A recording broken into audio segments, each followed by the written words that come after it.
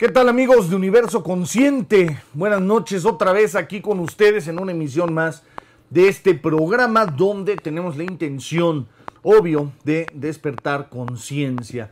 Y en esta ocasión pues vamos a continuar con la programación y ya habíamos platicado que nos iban a acompañar algunos expertos también sobre distintos temas, como en esta ocasión nos acompaña Alejandro Vega para platicarnos un poco acerca de la muerte. Alejandro, ¿cómo estás? Qué bueno que estás aquí con nosotros. Martín. Muchas gracias por la invitación y un saludo a tu amable auditorio que nos está escuchando. Qué bueno, muchas gracias por estar aquí con nosotros. Sé que es un esfuerzo y pues me gustaría darnos una breve idea de a qué te dedicas para la gente del auditorio. Bueno, pues un servidor es arqueólogo por la Escuela Nacional de Antropología, cuento con una maestría en Historia del Arte. Y bueno, yo me dedico principalmente a la docencia en la historia del arte, todo colonial, prehispánico, también en arqueología y también me he dedicado a los asuntos del estudio del arte funerario en el periodo virreinal principalmente, ¿no? Perfecto, muy bien. Pues bueno, es la persona que nos acompaña hoy, está colaborando con nosotros con este programa por la intención que tenemos de entender un poco más de manera clara, no tan subjetiva, la muerte.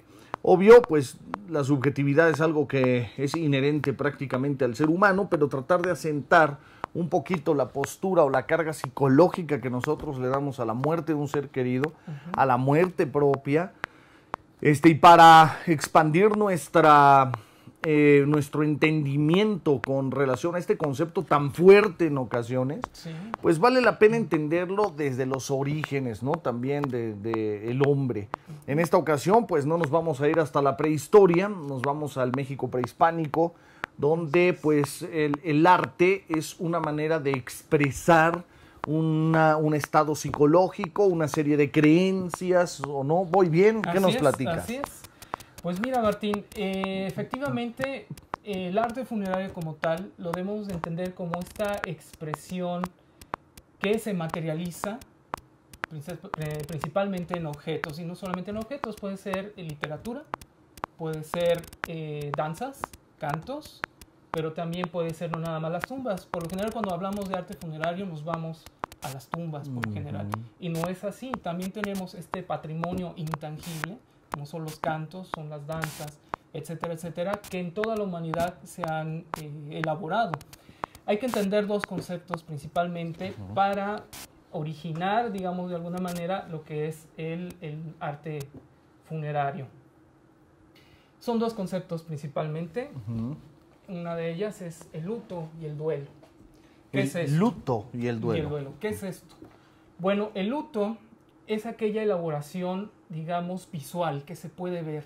Cuando vemos un cortejo fúnebre, cuando vemos, por ejemplo, una persona vestida de negro, ya se marca socialmente que esa persona está de luto. Se marca también tiempos, por ejemplo, de luto, 12 días, 7 días, etc. Es decir, este marcaje social que distingue al individuo socialmente en su luto. Y el duelo es la vivencia personal, la afección íntima del ser propio, que se lo tiene que pasar, digamos, personalmente, pero con la ayuda de ritos, por supuesto, que también el rito es fundamental para el proceso de duelo. Y de ahí, entonces, nos desprendemos que el luto, de alguna forma, es esta expresión física, esta expresión oral, como decíamos, cantos, danzas y monumentos, por supuesto, ¿no? En el caso ya típico de las tumbas. Por ahí tendríamos que partir. Bien, me gustaría ir un poquito, entonces, cuando estamos analizando, por ejemplo, en esto del arte funerario, y hablamos de esto, ¿podemos más o menos intuir este aspecto del duelo? O sea, lo que está sintiendo la persona, ¿qué cosmovisión tiene con relación a la muerte? Es posible siempre y cuando, digamos, la expresión sea asimismo, haya podido transmitir esa personalidad hacia el objeto. Por lo general, el luto es una, digamos, asociación colectiva, por decirlo así. Ok, bien. O sea, por ejemplo, como la fe, ¿no? Si una sola persona tiene ciertas creencias religiosas, pues no es una fe, es su creencia particular, subjetiva. Pero cuando un conglomerado, una agrupación importante ya porcentualmente hablando de la población, tiene la misma creencia, entonces se eleva al grado de fe. Entonces pudiéramos decir que la expresión no es de un individuo, sino de una colectividad, una sociedad determinada. Exacto. Entonces la sociedad expresa su duelo o su luto, lo está manejando dependiendo de las creencias sociales. En el contexto sociocultural en el que se está Bien. generando, ¿no? Entonces, ¿esto es educación? Sí, por supuesto. Digamos así, cuando hablamos, por ejemplo, de luto, luego vamos a la expresión de la ropa negra, ¿no? Pero no siempre fue así. En Japón, el blanco es el luto, por ejemplo. En el Renacimiento europeo era el rojo o el dorado incluso. Eso nos lo relata muy bien, por ejemplo, Philippe Ariès en un libro que se llama El hombre ante la muerte. Es uno de los grandes estudiosos del fenómeno de la muerte en Occidente, por ejemplo. Y nos dice claramente, bueno, el color negro lo instituyó Felipe II en sus cortes. Primero como elegancia y luego fue también el color típico del luto como tal. Pero no siempre fue así. Es decir, hay varias sociedades que proponen sus propios valores culturales alrededor de lo que debe ser el luto, ¿no? Lo que debe ser la expresión de afección. Acordémonos, por ejemplo, en Oriente, entre la población judía, que ellos se rasgaban las vestiduras, no se bañaban, incluso no se bañaban en varios días. Oh, wow. Y se rasgaban y andaban por las calles así, rasgados, sucios. Entonces, ese era su modo de expresión, su luto. Exacto. Ya una vez pasado esto, en un periodo determinado, entonces se levantaba al doliente ese luto. Porque también entendamos que el doliente está marcado de alguna manera. Nos lo dice también muy bien Thomas Louis Vincent, por ejemplo, y Ariès Philippe nos dice, el doliente como tal está marcado, está estigmatizado porque está manchado de la muerte. Hay una idea de socialmente. Mancha, exactamente, y hay que limpiarla por medio de un rito, por medio, digamos, de un proceso de limpieza y purificación. Es verdad, es ciertísimo. El doliente está marcado, está marcado, señalado. Así es. Es por ejemplo, en nuestra cultura sería esa marca, podría tener una tendencia de pobrecito. Sí, efectivamente. ¿No? De está sufriendo, de mira, ese es al que se le murió. Exactamente. Incluso nosotros mismos, en nuestras poblaciones, digamos, tradicionales, ponemos el moño negro en la casa. Sí. Ya nos marcamos a nosotros mismos, como vean socialmente que nosotros estamos de duelo. Estamos Exacto. así, ¿no? Pero también hay que tomar en cuenta esto, ¿no? Precisamente de qué luto, como tal, el doliente está marcado. Porque hay una idea de una mancha, que la muerte mancha a la familia. Entonces hay que desmancharlo. Hay que esperar por medio del rito, que es muy importante. El rito funerario es importantísimo para ese desmanche, esa limpieza de la familia y del individuo como tal, o de los individuos como tal, para que entonces se vuelvan a reintegrar dentro de una sociedad. Eso pasa mucho en las sociedades africanas. Precisamente en las tribus, por ejemplo, entre los dogones o entre las tribus del Senegal, sucede mucho que al doliente se le aísla de la comunidad, incluso, y se le excluye hasta que pasa un tiempo determinado para que entonces se vuelva a reintegrar. ¿Es una especie de pensamiento mágico? Así es, así es. ¿Es como una especie de entonces de superstición negativa? Sí. ¿Tendría esta tendencia negativa? No sabría decirte, en nuestra concepción occidental sería negativo, pero en las concepciones más antiguas, es decir, de las civilizaciones anteriores, sería un proceso necesario de desmanchamiento. Sí hay una especie de estigma, pero se sabe que al fin y al cabo el individuo se va a poder reintegrar de alguna manera. Mientras pasa ese proceso, pero también hay un proceso importantísimo que a nosotros en Occidente ya no lo vemos, ya no lo tomamos en cuenta, y las sociedades mucho más antiguas, incluso las africanas, sí lo toman. Tiene que ver con el simbolismo del propio cadáver, de su descomposición. Mientras esté descomponiéndose el cuerpo, entonces habrá la mancha de la muerte, como tal. Pasado un determinado tiempo, que se considere la sociedad que ya el individuo dejó su corporeidad como tal, entonces se reintegra al individuo. En nosotros no, nuestras sociedades occidentales no es así. Pensemos, por ejemplo, la sociedad norteamericana, que eso lo habla muy bien Thomas Louis Vincent en su libro El hombre ante la muerte, bueno, entre otros textos importantísimos que tiene, en donde se relata que en nuestra sociedad occidental preferimos las cosas más sintéticas, menos luto, menos duelo, la reintegración a la fábrica, al proceso productivo, etcétera, etcétera, ¿no? Lo menos que se puede hacer. Antes en nuestras casas se velaba al muerto 3 días, 4 días, salía de la casa al cementerio. Ahora no, hay estas posibilidades que surgen precisamente con las funerarias, precisamente, de no se preocupe, nosotros le vamos a ahorrar esto. Ojo, nosotros nos encargamos. Nosotros nos encargamos. Incluso en la sociedad norteamericana hay casos muy extremos, por decirlo así, de no se preocupe, nosotros vamos por su muerto, nos encargamos de él y lo enterramos, usted ya no vaya. Por ejemplo, ese es un cambio drástico en nuestras sociedades, sobre todo en las sociedades anglosajonas y europeas, donde se ve este ámbito de cambio del ritual funerario, por ejemplo, ¿no? Que es necesario precisamente para psicológicamente llevar un proceso de duelo correcto. Y para eso sirve el rito, el mito, por supuesto, pero también el rito, por supuesto, que permite de alguna manera sacar esa pulsación, esa afección. De alguna manera. Podríamos entonces decir algo así como que es una especie, no sé si estoy bien, corrígeme por favor, una especie de ritual. Ajá, precisamente. O sea, el luto actualmente debería ser, y quiero decir debería ser, si no me corriges, un ritual.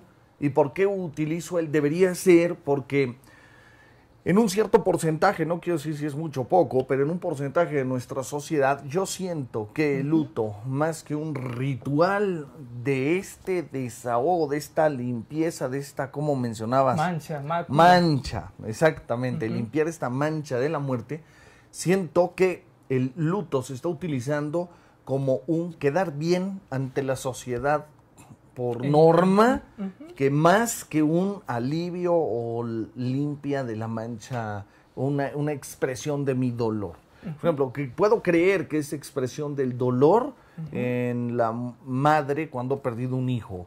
No se va a andar con rollos sociales, ¿me entiendes? Pero en un porcentaje, yo creo que el luto se utiliza. ¿Estaré en lo correcto? De hecho, el luto es un rito totalmente. El hecho de... Debe ser un rito y ha sido así. En nuestra sociedad occidental actual, mucho de ese ritual está sintetizado. Es una especie de cuestión... ¿Cumplimiento? Cumplimiento, nada más. ¿Social? Sí, porque también estamos viendo en nuestra sociedad actual, vayamos a un marco religioso, las creencias religiosas han cambiado mucho. Ya digamos, esta creencia o esta cosmogonía, llámese cristiana, por ejemplo, ¿no? U otras, han cambiado en nuestra contemporaneidad. Entonces, muchos ya no creen quizá en un más allá, otros lo creen a su manera, quizá, que también eso existe. Sí. ¿No? Sí creo, pero creo igual que no exista el infierno o el purgatorio, etcétera, etcétera. Existe este tipo de negociaciones ya. Y entonces, de negociaciones individuales, psicológicas, ¿no? Exacto. No con nadie, sino consigo mismo. Una negociación donde yo me siento estar cumpliendo, y no me importa lo que diga la norma social o el ritual, o no sé. Cuando antes, en las sociedades ancestrales, el ritual beneficia a la colectividad, pero también al muerto, a él. Ahora no es así. Es como dices tú, ahora se beneficia de alguna manera a nosotros, quedar bien, por decirlo así. Pero el ritual en primera instancia es para sacar esta pulsación, esta afección, ¿no? Pero también para ayudar al difunto a su trascendencia. Eso ancestralmente pues fue así, ¿no? Ancestralmente, ok. Que ahí sí también tendremos a lo mejor que aliviar, no sé, una serie de creencias, porque eso me suena... con el respeto a toda la gente y sus creencias, ¿no? Es una postura, nada más una simple opinión de mi parte, pero me parece que es una postura un poquito mágica, ¿no? Mágico-religiosa, donde no hay elementos, no hay fundamentos para decir que es ayudarle a irse, en fin, pero que tal vez en una negociación para cumplir con ese luto, pues se lleve a cabo, ¿no? ¿Tú cómo ves esto? Sí es como mágico religioso, ¿no? Sí, bueno, en primera instancia sí, lo dice claramente Thomas Louis Vincent. El ritual, como tal, beneficia no tanto al individuo que ya se ha ido, se ha muerto, sino a los que nos quedamos. Nos ayuda de alguna manera a bajar esa intensidad, acudiendo precisamente a este tipo de marcos cosmológicos y religiosos, mágicos, etcétera, etcétera. Nos da de alguna manera un consuelo. Como alcanzando una aceptación. Exactamente. Como entender qué pasó. Exacto. Apoyados de la concepción religiosa. Exactamente, porque finalmente, como lo dice, repito y recurro mucho a este autor francés, a Philippe Ariès y a Thomas Louis Vincent principalmente nos dice, bueno, el cadáver no solamente es esa masa de proteínas que se va a mineralizar, sino es un cuerpo simbolizado. Le vamos a investir simbolismo. Le vamos a poner, le vamos a dar un significado a ese cuerpo. ¿Y cómo lo vamos a expresar? Mediante actitudes, ¿sí? Cantos, quizá danzas, rezos, procesiones, las campanas que doblan, etcétera, ¿no? Los objetos artísticos. Exacto, que podríamos decir que el mismísimo moño será un objeto simbólico, ¿no? Exactamente. Yo te preguntaría a ti, Martín, ahora, si me permites, para arrancar, ¿no? Precisamente, tratar de dar un viaje por el tiempo. Perfecto, sí. ¿Crees tú que el luto, o la idea más que el luto, la idea de la muerte en nuestra actualidad sea cotidiana? No creo. ¿La pensaremos? No creo. Yo creo que no aparece en la mente del individuo hasta que sucede el hecho, ¿no? Igual y estoy mal, pero creo que eso es lo que sucede. Como que una persona vive sin siquiera detenerse a pensar en su muerte. En su finitud. En su finitud. Ándale, más que la muerte, en la finitud. Ese concepto está muy fregón. Porque resulta que efectivamente hace no un poco un sacerdote dijo, bueno, una muchacha, una persona dijo, yo ya perdí la fe porque mi abuelita se murió. Pues no inventes, tenía 95 años, ¿no? ¿Cómo no se va a morir, no? Pues sí, la finitud, ¿dónde está? Exacto, ¿no? Finalmente es una expresión de que, por lo general, nuestra sociedad del internet, nuestra sociedad de los medios de comunicación rápidos, de la era satelital, etcétera, lo menos que pensamos es en eso, sino pensamos en el ser, en el consumir, etcétera, etcétera, pero no hay esta introspección hacia la finitud de la vida que existía en el pasado. Nos lo dice muy bien Philippe Ariès, nos dice, las sociedades antiguas eran las sociedades de la muerte integrada en lo cotidiano. Estaba a diario, estaba en la casa. Por lo general pensamos, muerte, cementerio, y no era así.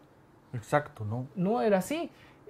Vayamos, por ejemplo, quizá haciendo algunos ejemplos brincones, si tú quieres. Entonces, la muerte integrada en lo cotidiano. Oh, qué interesante. O sea, vivir con la finitud presente. Exactamente, ¿no? En todo momento. Hay gente que se espanta con esto, sin embargo, me gustaría que nos des una idea de esa concepción en la antigüedad, ¿no? Perfectamente. Mira, voy a dar un salto en el tiempo. Bien. Quizá no me vaya muy a lo antiguo. Vámonos al periodo barroco holandés, por decirlo así. Tú sabes que por lo general Holanda, que es, digamos, protestante, sí, es un país protestante, no católico, por lo general no usa imágenes religiosas per se, ¿no? Pero tenían una concepción de la vida muy particular en donde en sus casas, en sus cuartos, tenían una serie de retratos que se llaman vanitas, un género de cuadros al óleo llamado vanitas. ¿Qué quiere decir esto? Vanidad de vanidades, la vida es vanidad. Y esto, vanitas. Así interesante. Y estaba en las casas. Como vanitus, ¿no? Ajá. De latín, de hueco, vanitas, vacío. Vanitarum. Vanitas. ¿No? Vanidad de vanidades. Todo es vanidad. ¿Y ahí qué pasaba? Bueno, cualquiera podía ver ese cuadro y podía entrar quizá al comedor, lo que podríamos llamar nosotros un comedor, un cuarto, una estancia, un dormitorio. ¿Y qué es lo que vemos en estos cuadros? Por lo general vemos un florero.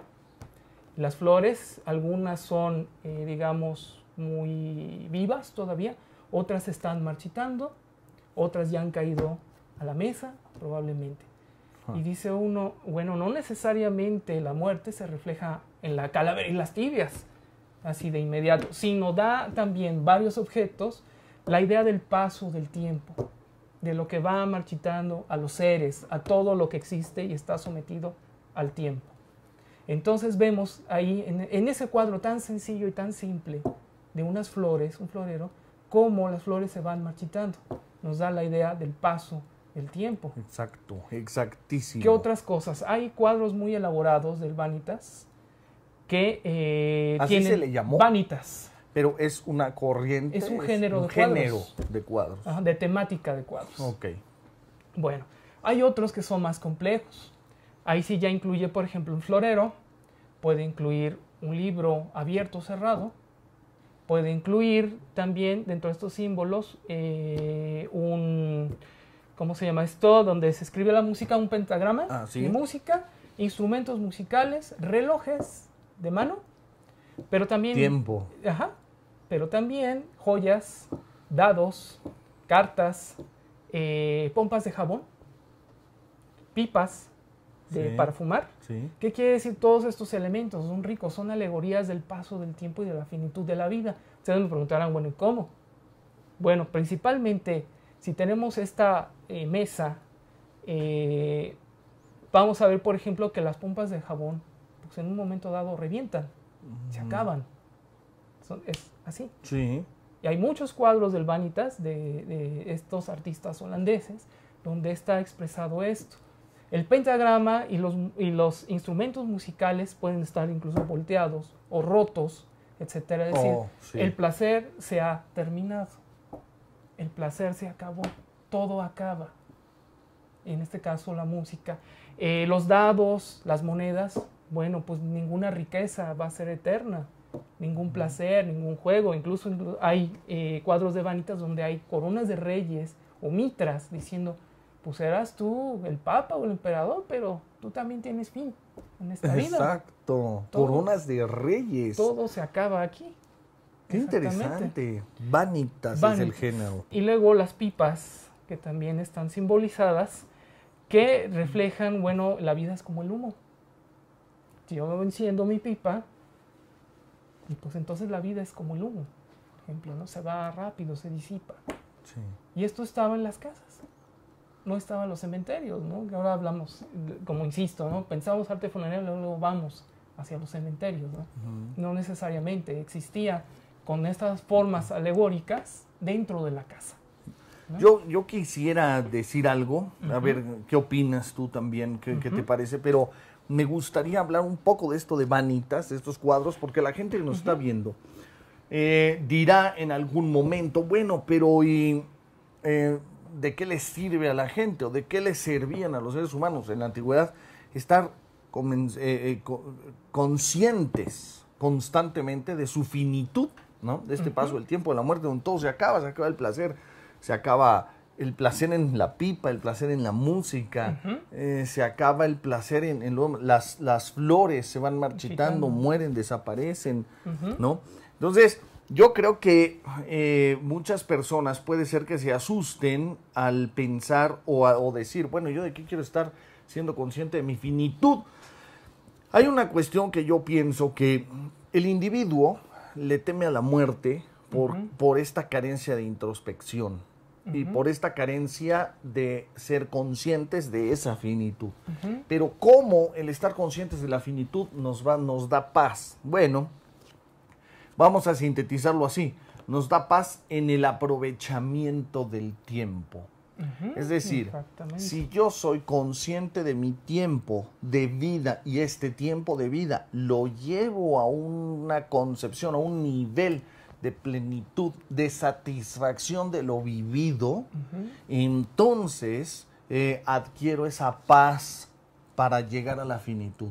por el aprovechamiento y la satisfacción del tiempo vivo.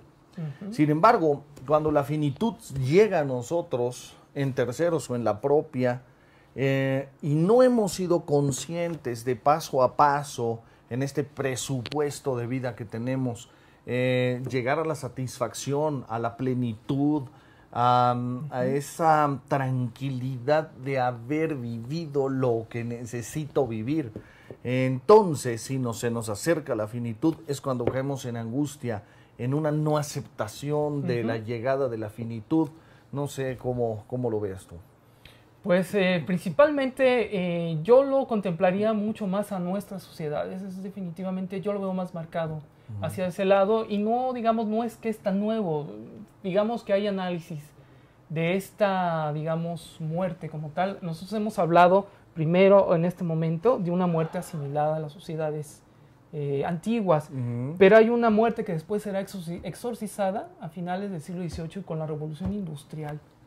A ver, eso me interesa. Retomemos entonces donde estábamos y ahorita llegamos a esto. Estábamos en el Vanitas de los cuadros. Y de ahí, en este paso por el tiempo, saltonamente, como decías, ¿podríamos abordar eso? Claro, principalmente el hombre que empezó a ser moderno, de alguna manera, con la revolución industrial, principalmente, que empezó a generar máquinas, producción. Saliditos de la era feudal, donde el poder político, económico y la concepción del mundo era en la tierra, viene la revolución industrial. Exactamente, y donde ya un poquito, quizá el Renacimiento, pero más marcado ya con el hombre moderno, es el yo que va a vencer todo. ¿Sí? Es el yo, por lo general, el hombre yo, ya no es, digamos, esta concepción del hombre y su espiritualidad, sino el hombre y su inmediato contexto, de alguna manera. Qué interesante esto. O sea, ese ego, digamos, potencializado a través del dominio del medio por la tecnología. Exactamente. O sea, el tren, el refrigerador en su momento. Entonces el ego, yo soy poderoso y puedo dominar al medio a través de la tecnología. Exacto. Podríamos decir que ahí se pierde el yo y la espiritualidad. Exactamente. Sino el yo y el poder tecnológico, ¿no? Yo diría incluso que tanto que llegó el momento en que el hombre ha querido vencer a la muerte. De alguna manera. Ha querido reemplazarla, ganarle de alguna manera.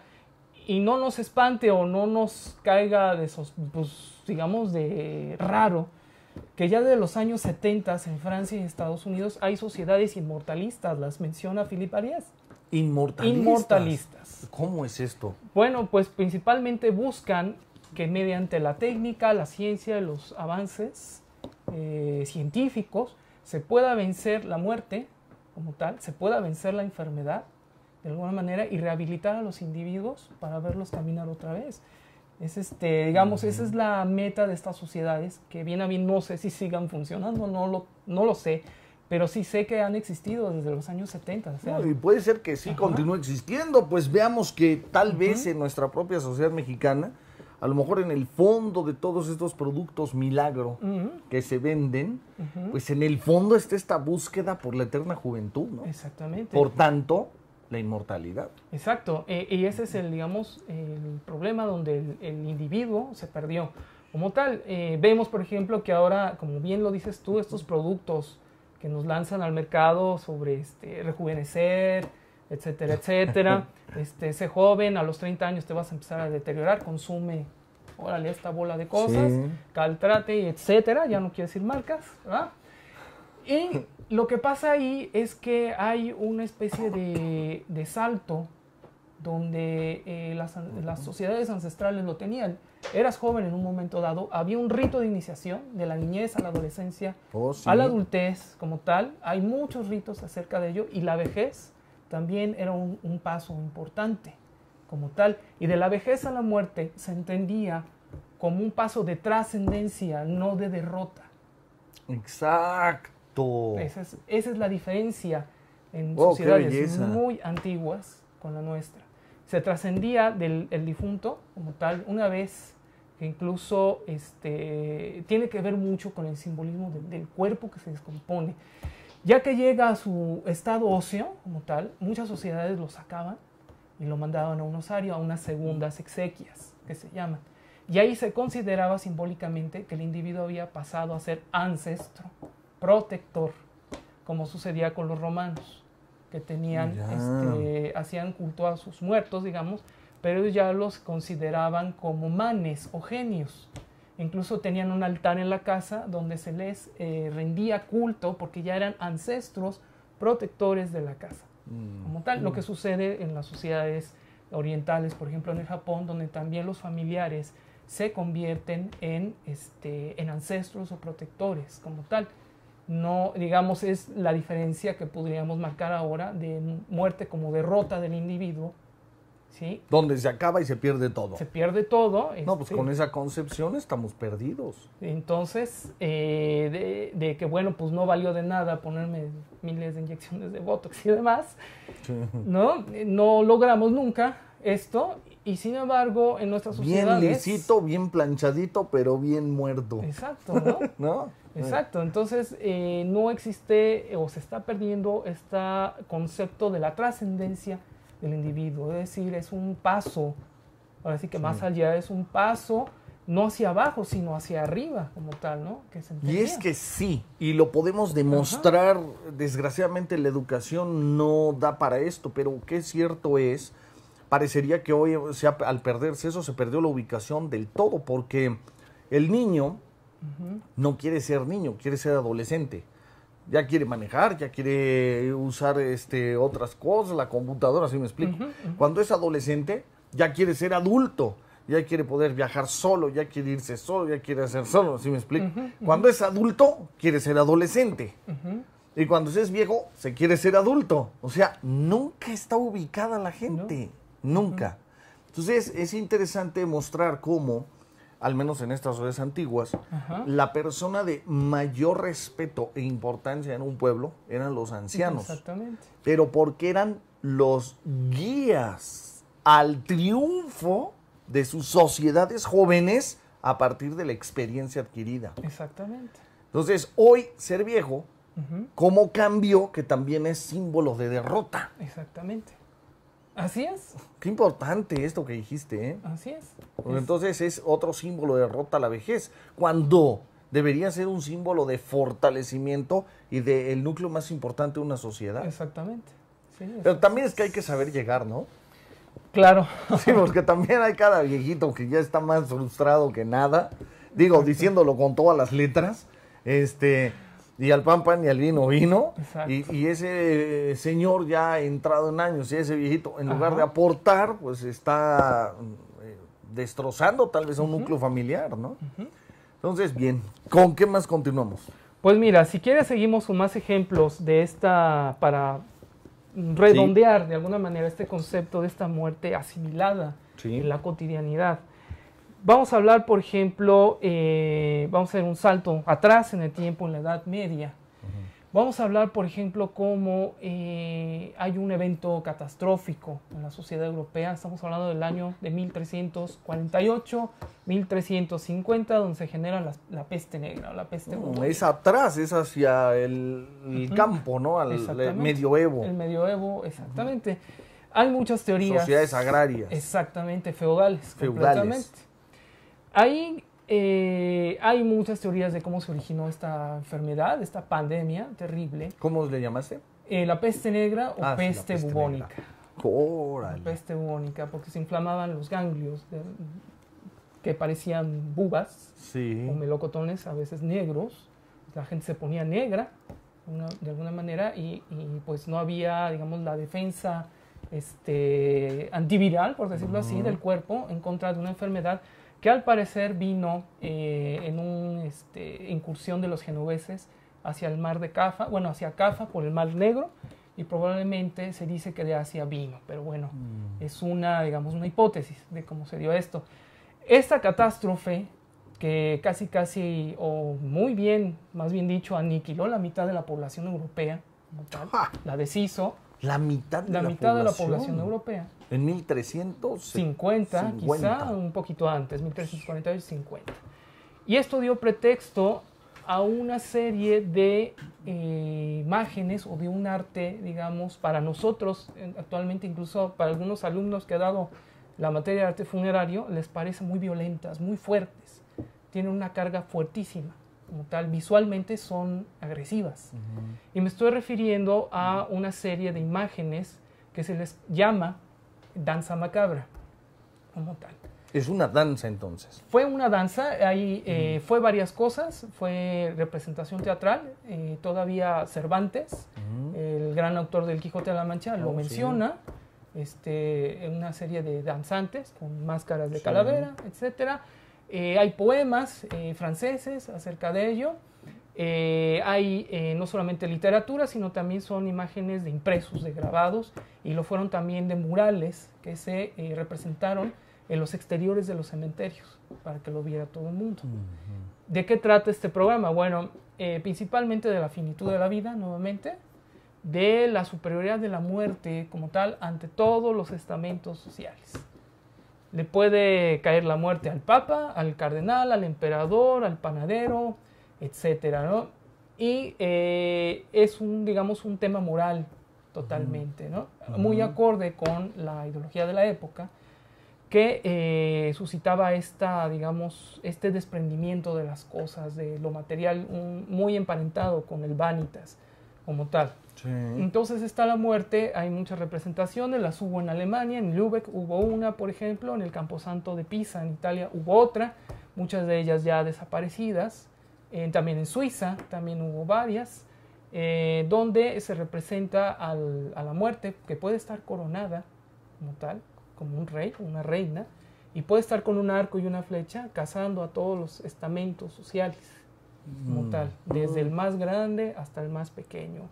Puede estar también no solo la muerte, sino también los muertos representados. La muerte cazando a los más poderosos. Exactamente. Qué interesante, claro. Y saliendo también los muertos como tal, que se caracterizan por el uso de un sudario como tal, y jalan prácticamente a todos los individuos de la sociedad. Hasta están, por decir, una mujer embarazada, un niño, un joven, hasta están tratando de hacerse para atrás porque la muerte, o los muertos, más bien dicho, ya los están agarrando en este corro, en esta danza, en este baile, ¿no?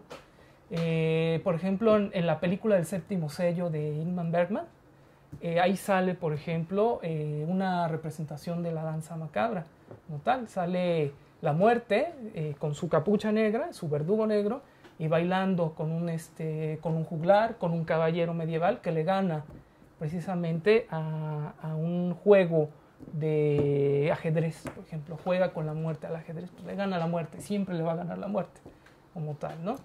Entonces, incluso en nuestra contemporaneidad, la danza macabra se sigue, digamos, representando en obra, en pintura, incluso el vanitas también. Hay vanitas modernos de pintores contemporáneos donde aparece la calavera, pero también aparece el iPod y la guitarra eléctrica y el whisky, por ejemplo, ¿no? Entonces es retomando los mismos elementos del vanitas del barroco, pero en nuestra modernidad. Incluso puede aparecer el reloj de números de estos números de pantalla de cristal líquido, digitales, o el reloj Westlock, por decir, de manecillas, en esa contemporaneidad, ¿no? O sea, se ha traducido esto, ¿no? Entonces, pues ni tu iPod ni tu guitarra eléctrica va a ser para siempre, ¿no? Incluso hay artistas italianos contemporáneos que han retomado incluso esa temática de la muerte, ¿no?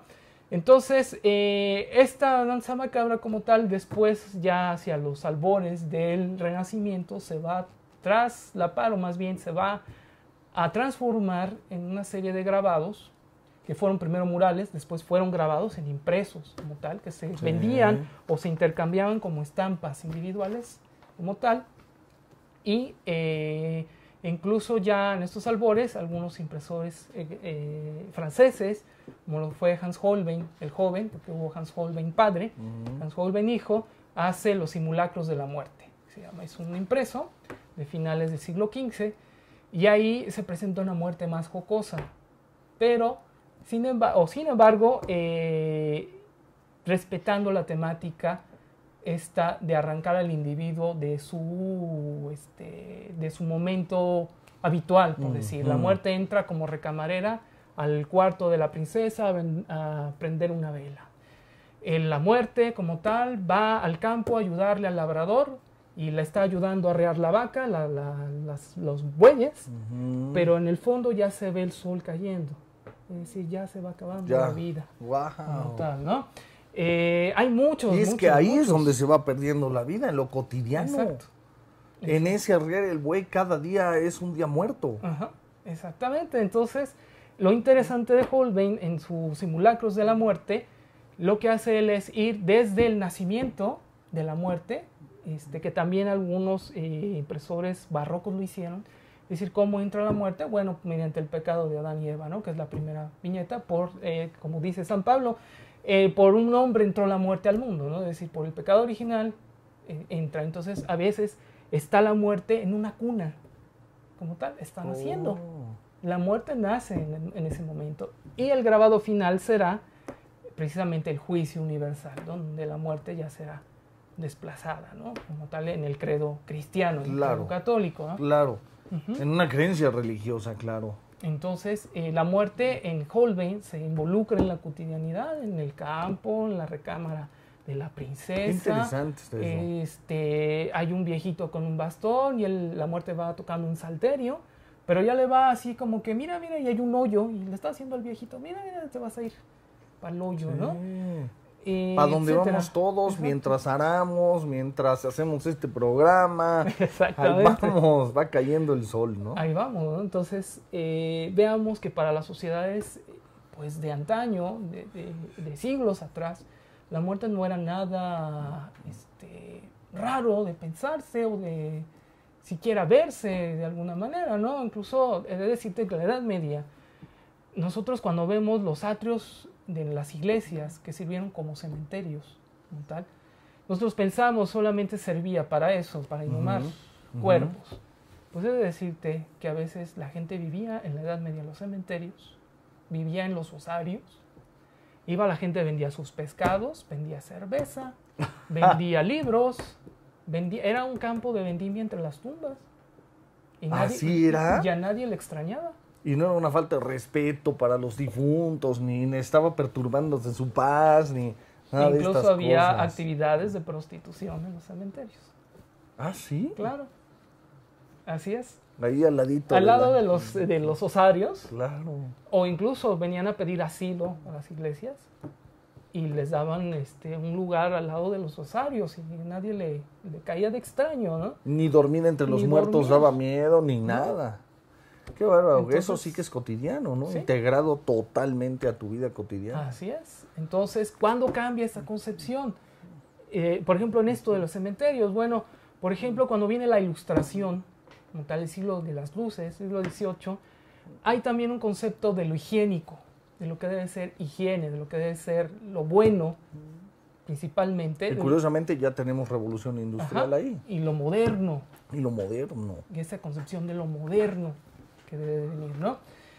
Y ahí, por ejemplo, nos hacemos otro salto en el tiempo en México, en el México barroco, por ejemplo, y ahí se van a dar los primeros proyectos de cementerios extramuros, fuera de la ciudad, porque hubo una pelea desde muy antaño, pero sobre todo dándose ya con la Ilustración, con los Borbones, digamos, administrando las colonias americanas, donde se estipula que ya no se puede enterrar en las naves de las iglesias. Hay relatos verdaderamente estremecedores, donde dice que luego las cajas de los muertos se salían de las banquetas o de los muros de las iglesias, y que luego la gente se tenía que salir por el hedor, ¿no? O sea, era una cosa que a nosotros ahora nos parecería así como muy así de ficción, muy fantasioso, pero que era una realidad en ese entonces. Sí, pero estamos hablando de problemas de salubridad, de higiene y demás, ¿no? Exactamente. Donde hasta peligroso podría ser. Exactamente.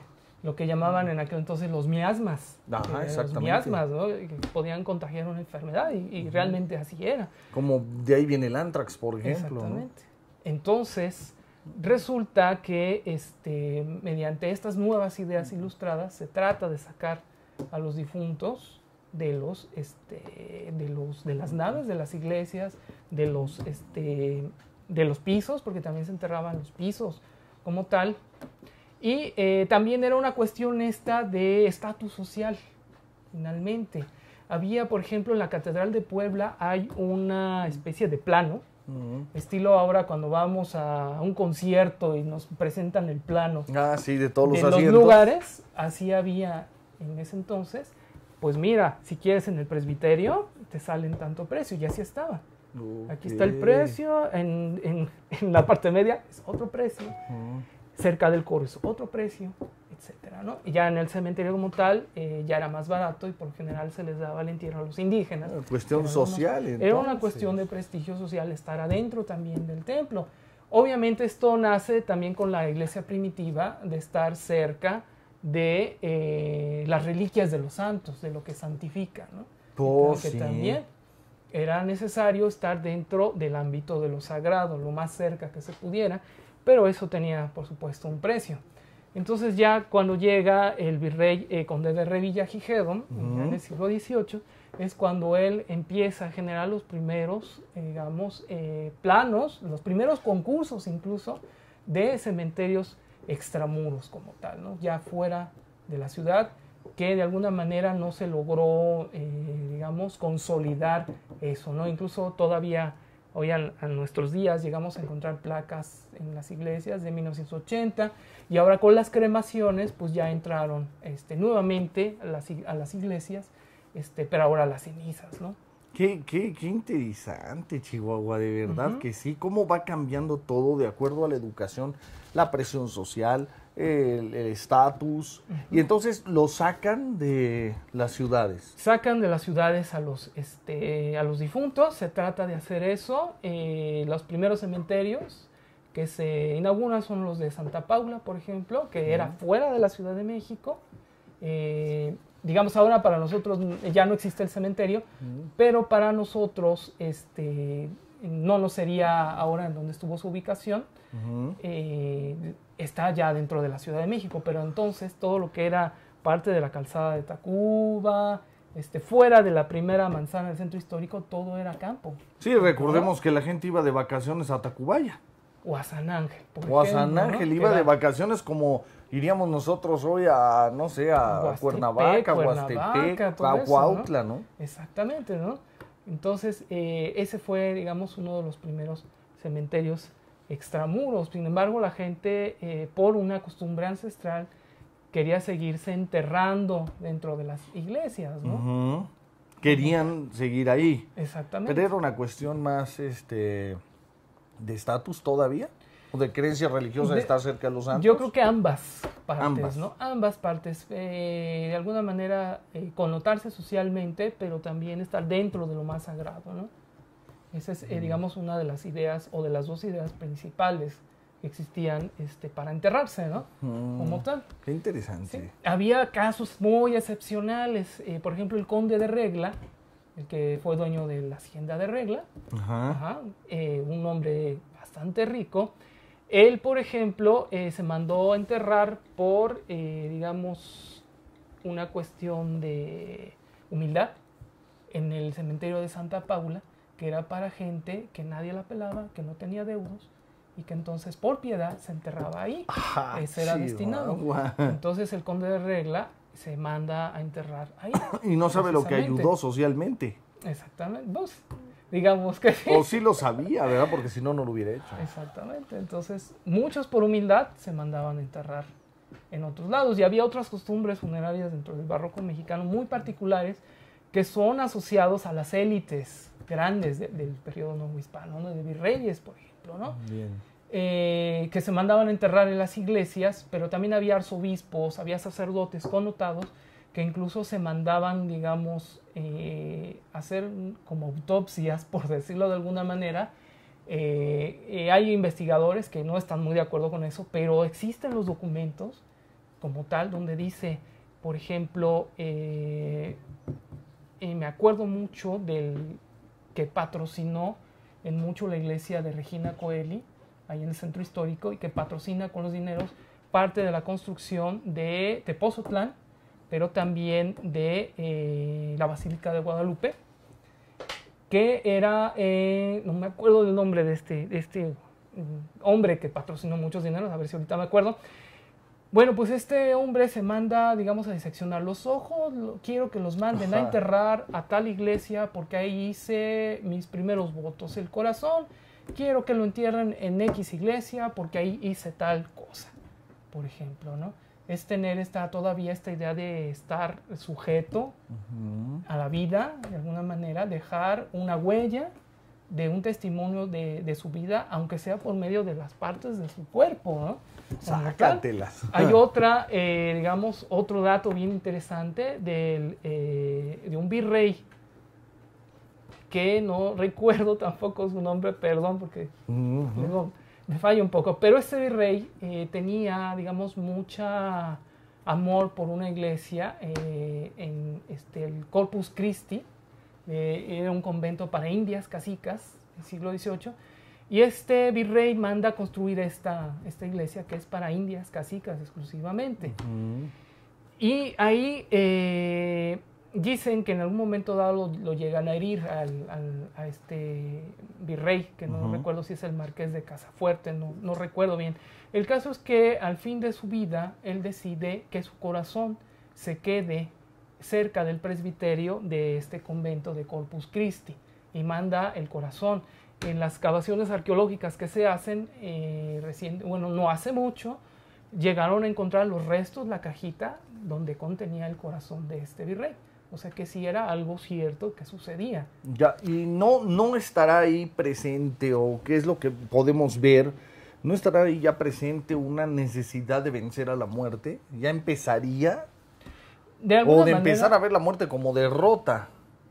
No creo, yo creo que más bien es la idea de sobrevivir de alguna manera, ¿no? De dejar un testimonio como tal, aunque sea por medio de las partes del cuerpo, ¿no? Exacto. Que también, digamos, es muy interesante porque también dentro del rito funerario las partes del cuerpo juegan un papel muy importante en algunas otras sociedades más antiguas, como por ejemplo la egipcia o incluso la mexica, ¿no? Donde tenemos esta concepción del ánima, por ejemplo, para nosotros, como algo unitario, ¿no? Cuerpo y alma, nos dicen, ¿no? Se desprende tu alma de tu cuerpo, por ejemplo, ¿no? Pero es una. Cuando llegan los españoles a la Nueva España, como tal, encuentran que la sociedad indígena no solamente creía en un alma, en un ánima, sino en entidades anímicas que animaban el cuerpo y que residían en una parte del cuerpo distinta. Por ejemplo, entre la concepción de los nahuas había 3 componentes anímicos, uno que radicaba en el cerebro, que se iba a un plano, dicen que superior, un plano celeste, otro que radicaba en el corazón, que quedaba, digamos, a ras de tierra, por decirlo así. Plano terrenal. Y uno más que radicaba en el hígado, que ese se iba al inframundo, al Mictlán.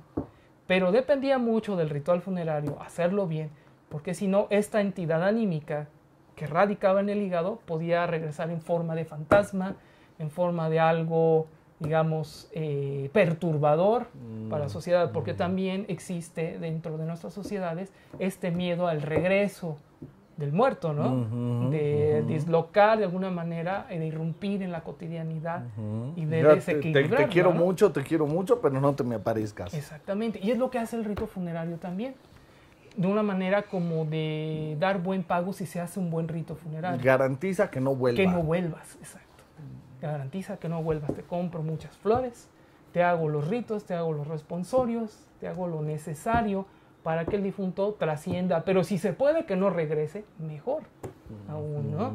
Y hay otras actividades, digamos, dentro de la tanatopraxia, es decir, de la manipulación del cadáver, que son todavía más extremos, ¿no? Por ejemplo, en algunas sociedades africanas se ha llegado a romper las piernas del individuo, del difunto, para que no regrese de alguna manera. Existe este miedo también dentro de todo el ritual funerario del regreso de, ¿no? Sí, y muerto, sí se ¿no? hace presente en las sociedades actuales, ¿no?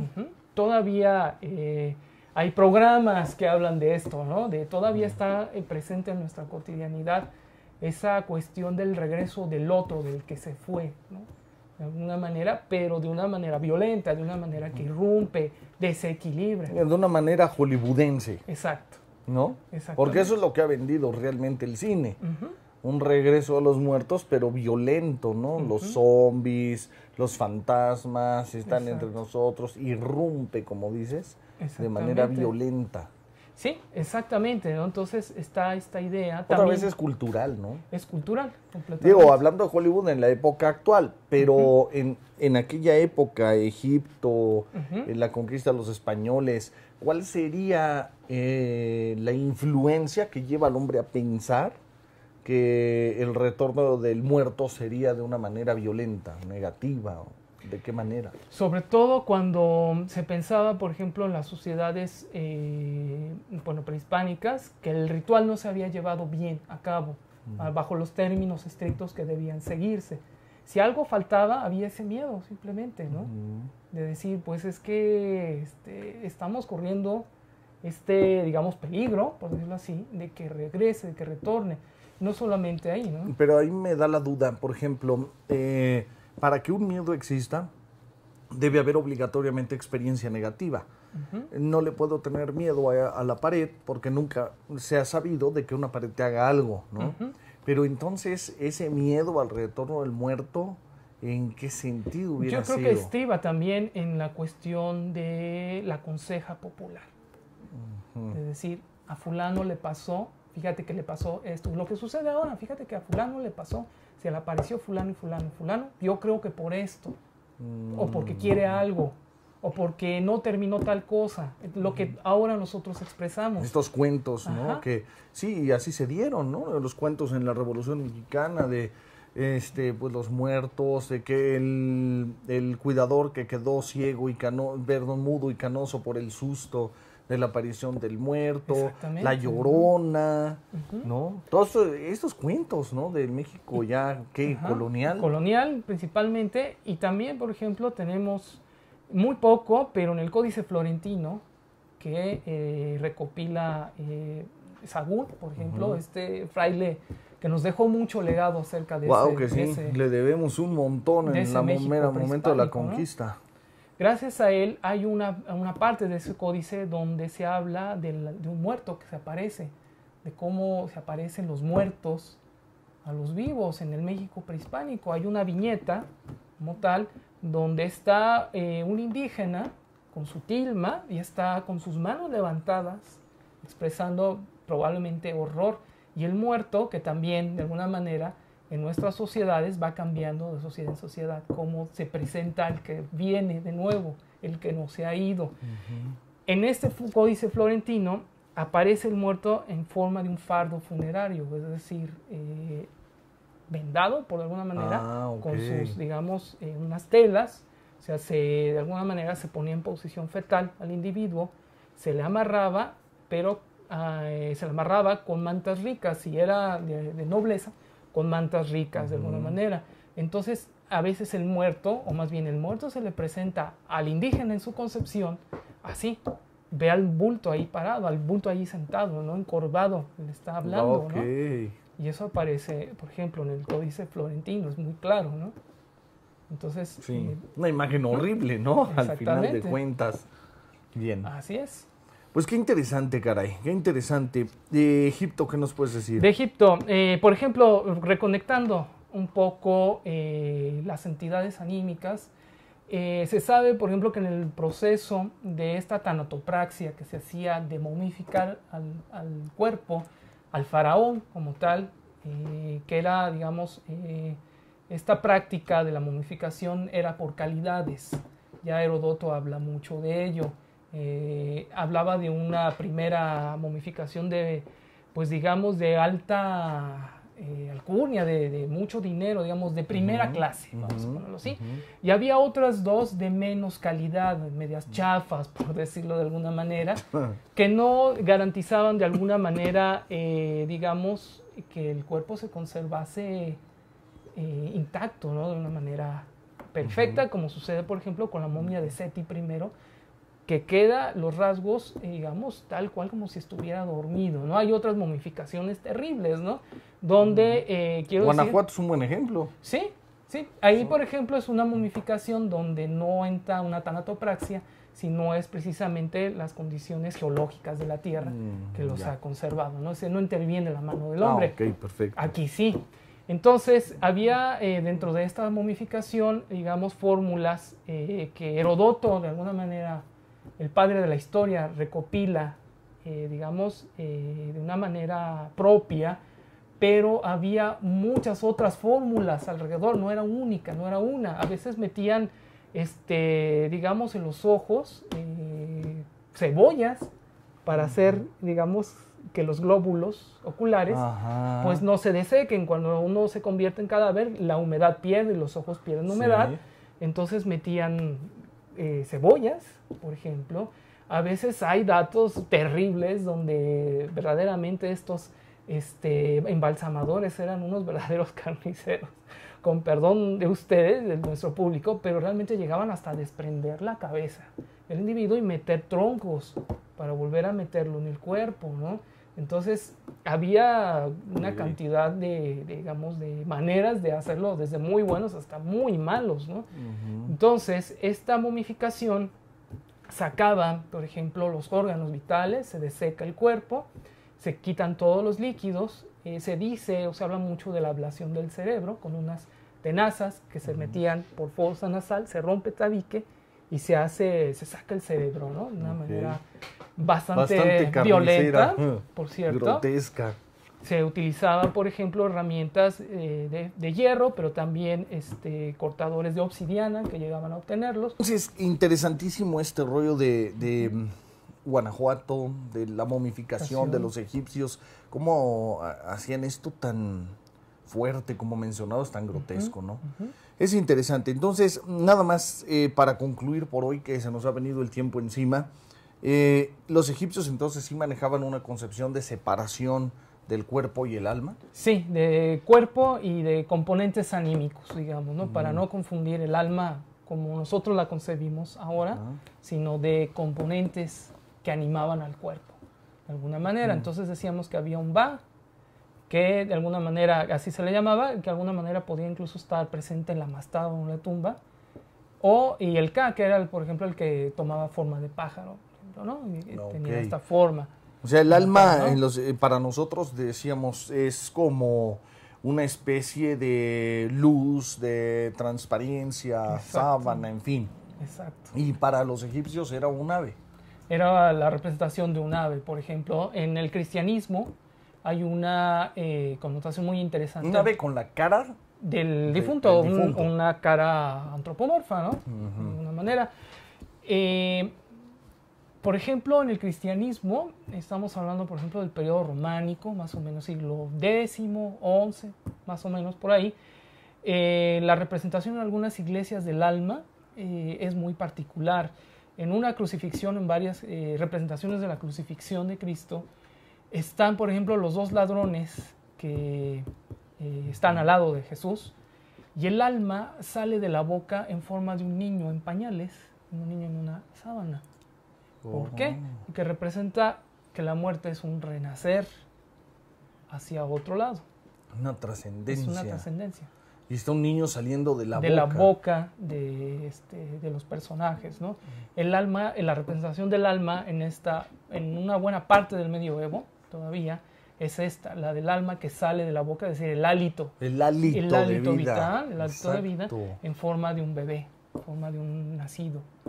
Por esta concepción de un renacer a otro estadio, a otro mundo. Sí. Claro que en el caso del ladrón malo, pues el diablo es el que se lleva esa alma y el ángel el que se lleva al alma del ladrón bueno, ¿no? Del buen ladrón, pero en esta forma de un niño pequeño, ¿no?